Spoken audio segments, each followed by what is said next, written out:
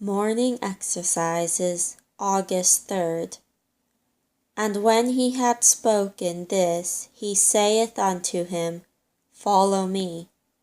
Then Peter, turning about, seeth the disciple whom Jesus loved following, which also leaned on his breast at supper, and said, Lord, which is he that betrayeth thee?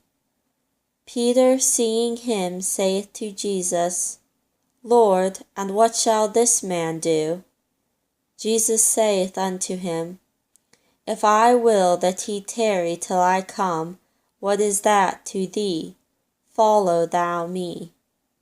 John 21:19-22. This is another part of the discourse when they had dined.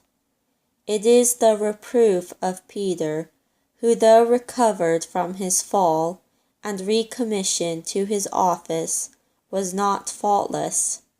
Who can understand his errors? The case was this. As soon as our Lord had tried Peter's love and predicted his death, he said unto him, Follow me. This is to be taken literally. For though it might be intended as a symbol, yet he now arose from his seat, and walking away from the company, he told Peter to come after him, probably wishing to have some communication with him apart. Peter obeyed. But John, seeing this, and fearing that our Lord was departing and would take Peter along with him, could not remain where he was, and so he followed them, silent and anxious, and perhaps weeping. Peter, turning round, sees him and asks, Lord, and what shall this man do? It is probable this arose partly from an affectionate concern for his companion, and considering the peculiar friendship there was between them, we might have considered the question as excusable, if not even laudable. But we are sure it was wrong in the motive. Peter, instead of being satisfied with a knowledge of his own duty and destiny, and praying to be able to perform the one and endure the other, wishes to pry into John's future circumstances, and to know what was to become of him, whether he also should suffer, and what death he should die.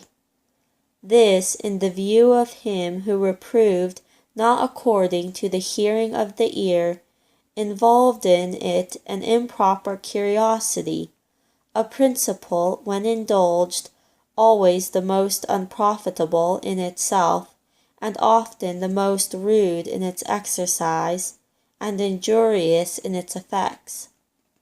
Our Lord always discouraged it, and therefore he here rebukes Peter in these memorable words, If I will that he tarry till I come, what is that to thee? Follow thou me, as I have commanded thee.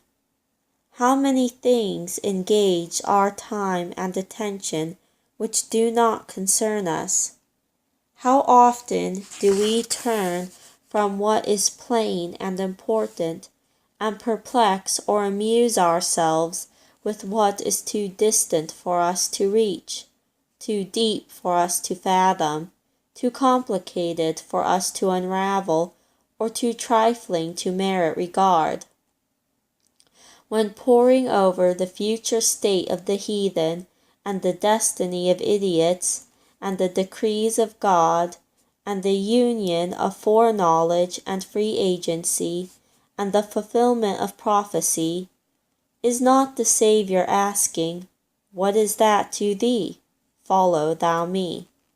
The secret things belong unto the Lord our God, but those things which are revealed belong unto us and to our children forever, that we may do well the words of this law.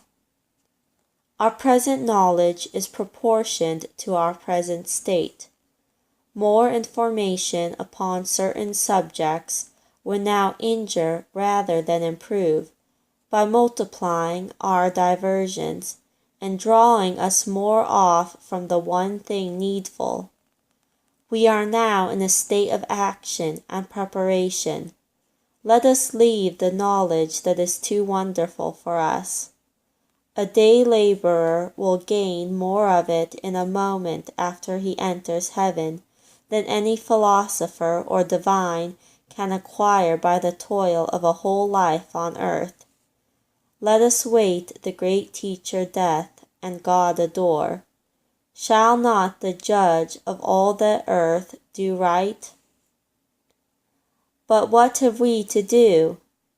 Follow thou me.